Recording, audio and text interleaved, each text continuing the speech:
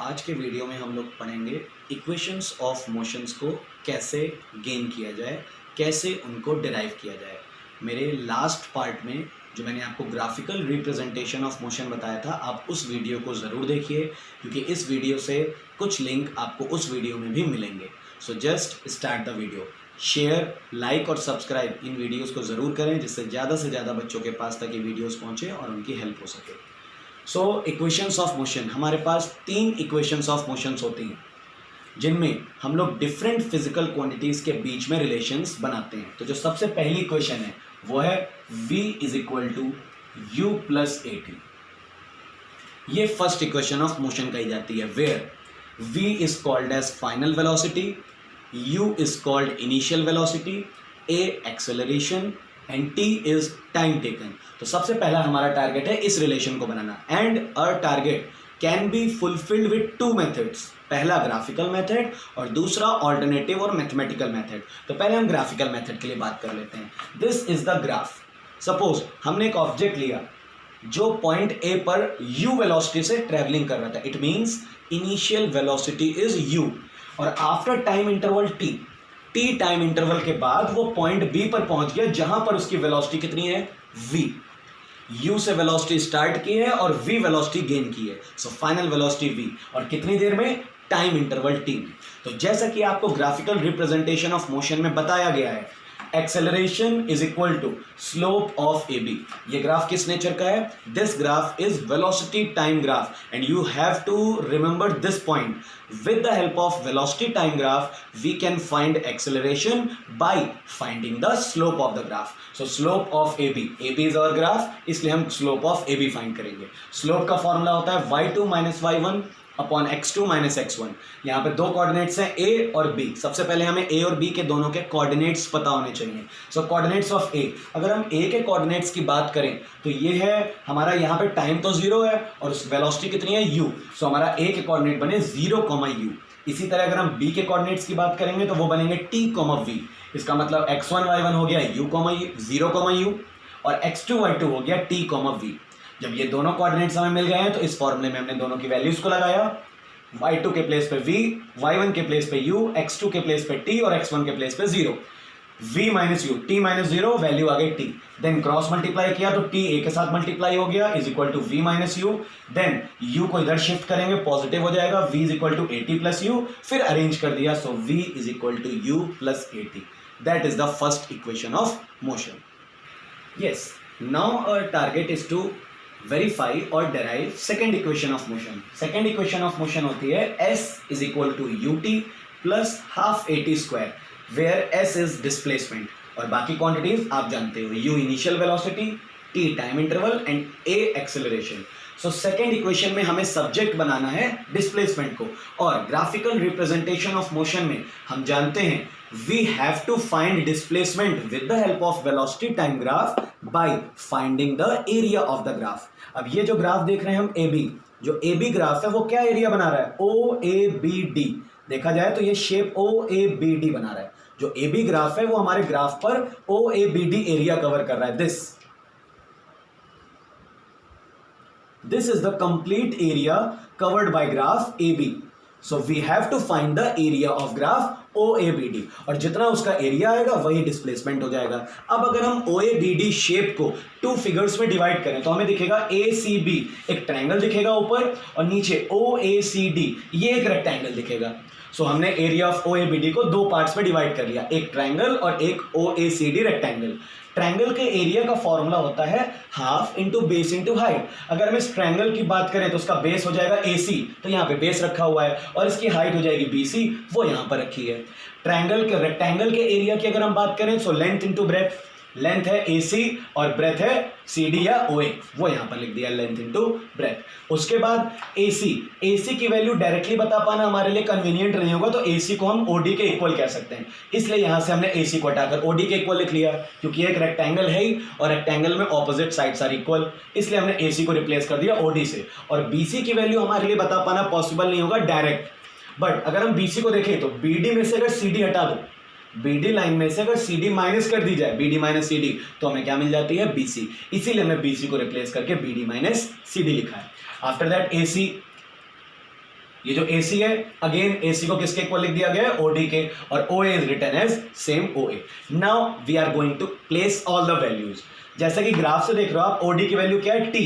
सो यहां पर हमने T रखा हुआ है. BD का मतलब ये पूरी कंप्लीट वैल्यू V, और CD की वैल्यू U, OD की वैल्यू T एंड OA की वैल्यू, सारी वैल्यूज हमने प्लेस कर दी हैं. अब इसके बाद हमें थोड़ा सा एक फर्स्ट इक्वेशन की हेल्प लेनी है. यहां पर आ जाते हैं. फ्रॉम इक्वेशन 1, फर्स्ट इक्वेशन से हम जानते हैं V is equal to U plus AT होता है. तो अगर हम यहाँ पे U को डिस्प्लेस कर लें, so V minus U is equal to AT. So हमें एक रिलेशन मिल गया. यहां पर हम देख रहे हैं ब्रैकेट्स में V माइनस U लिखा है, इसे हटाकर सब्सटीट्यूट कर देंगे यहां पर हम AT को. सो हमारे पास आ जाएगा S is equal to half into T into AT, और ये तो कंबाइन है UT, इसमें कोई चेंजेस नहीं होंगे. अब आप देख सकते हो AT और T का जब आप मल्टीप्लाई कराओगे तो क्या आ जाता है, हाफ AT स्क्वायर. तो इस तरह हमारे पास बन गया S is equal to UT plus half AT square. एक बात और गौर करने वाली आप यहां पर सुनिएगा और ध्यान रखिएगा, जो फर्स्ट इक्वेशन होती है V is equal to U plus AT, यहां कहीं पर भी डिस्प्लेसमेंट नहीं आता है. और जो हमारी सेकंड इक्वेशन होती है S is equal to UT plus half AT square, यहां पर कहीं पर भी फाइनल वेलोसिटी नहीं आती है. तो एक तरह से आप इसको मेमोराइज करने के लिए आप ये तरीका दिमाग में रख सकते हो कि यहां पे हमारा टारगेट किसी तरह V को रिमूव करना है.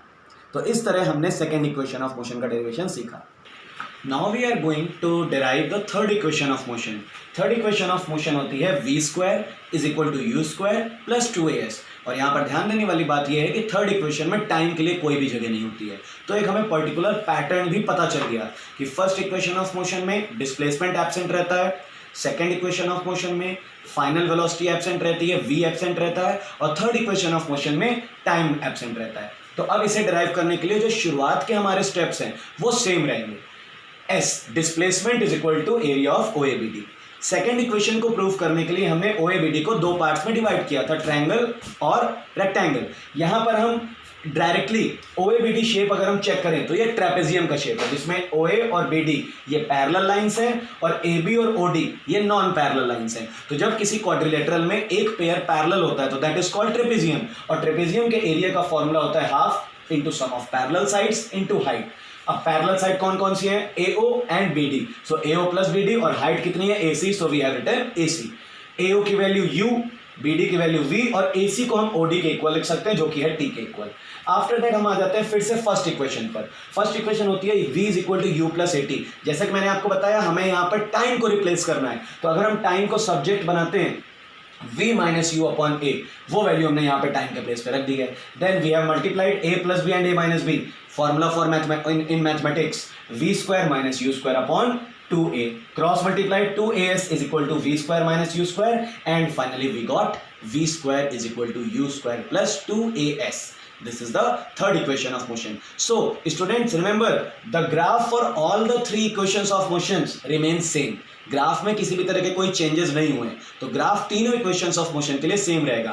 कुछ स्टूडेंट्स के साथ प्रॉब्लम ये आती है कि वो ये पूछते हैं या उनको ये डाउट रहता है या कंफ्यूजन रहता है कि अगर सर एग्जाम में इक्वेशन 3 का डेरिवेशन पूछा जाए तो क्या हमें फर्स्ट को अलग से डिराइव करना पड़ेगा. तो no, you have not to derive first equation of motion. अगर आपको थर्ड इक्वेशन के लिए कहा गया है तो आप ये हेल्प डायरेक्टली लोगे और अपना वर्क कंप्लीट करोगे. Okay, so these are the 3 equations of motions which are proved with the help of graphical method. अब हम समझेंगे कि मैथमेटिकल मेथड से विदाउट यूजिंग ग्राफ, बिना ग्राफ के मेथड से किस तरह हम इक्वेशंस ऑफ मोशन को डिराइव कर सकते हैं. तो हम लोग सबसे पहले इक्वेशन 1 से स्टार्ट करते हैं. जैसा कि हम जानते हैं इक्वेशन 1 में final velocity, initial velocity, time और एक्सेलरेशन, ये 4 फिजिकल क्वांटिटीज आती हैं. और अगर हम एक्सेलरेशन की बात करें तो एक्सेलरेशन की डेफिनेशन में ये सारी क्वांटिटीज प्रेजेंट रहेंगी. तो सबसे पहले हमारा स्टेप है, ये जो रिलेशन है ये कहाँ से आया है, from the definition of acceleration. अगर एक्सेलरेशन की डेफिनेशन रिव्यू करें तो क्या होती है, the rate of change of velocity, मतलब पर यूनिट टाइम में कितनी वेलोसिटी चेंज हो रही है. तो एक्सेलरेशन का formula change in velocity divided by time taken. तो v final velocity, u initial velocity. So change in velocity में v माइनस यू आ गया, और वो जो टाइम इंटरवल है दैट इज t. u से v वेलोसिटी होने में जो टाइम लगा है दैट इज t. सो यहां पर हमने t रख दिया. क्रॉस मल्टीप्लाई कराया, at is equal to v minus u. Then हमने u को यहां पर रिप्लेस किया तो यहां निगेटिव है, यहां पॉजिटिव हो जाएगा. at plus u is equal to v, और फाइनली हमारा इक्वेशन बन गया v is equal to u plus at. This is the first equation of motion with the help of alternative method, और you can say mathematical method. अब हम समझते हैं कि किस तरह हम second equation of motion S is equal to UT plus half AT square को मैथमेटिकल मेथड से डिराइव करेंगे.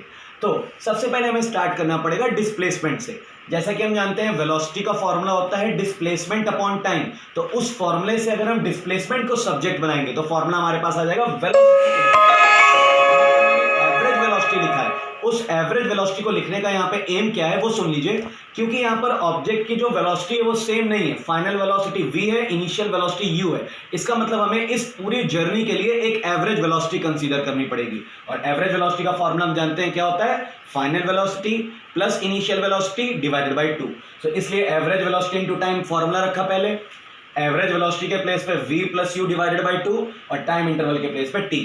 जैसा कि हम जानते हैं फर्स्ट इक्वेशन ऑफ मोशन से v is equal to u plus a t, और अभी मैं आपको बता चुका हूं कि सेकंड इक्वेशन ऑफ मोशन में फाइनल वेलोसिटी का टर्म नहीं होता है, तो v को हटाकर हमें u प्लस ए टी को रिप्लेस कर दिया यहाँ पर। अब यहाँ पर देखिए 2 u मिल गए हैं, तो it will become 2u plus a T divided by 2 multiply by t।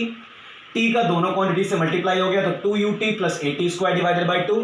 Then 2 को दोनों के डिनोमिनेटर्स में सेपरेट कर लिया है, 2ut divided by 2 half a t square, 2 से 2 कैंसिल हो गया। So finally we got s is equal to ut plus half a t square. This is the derivation for second equation of motion. अब हम समझेंगे कि हम third equation of motion को mathematical method से किस तरह डिराइव करेंगे।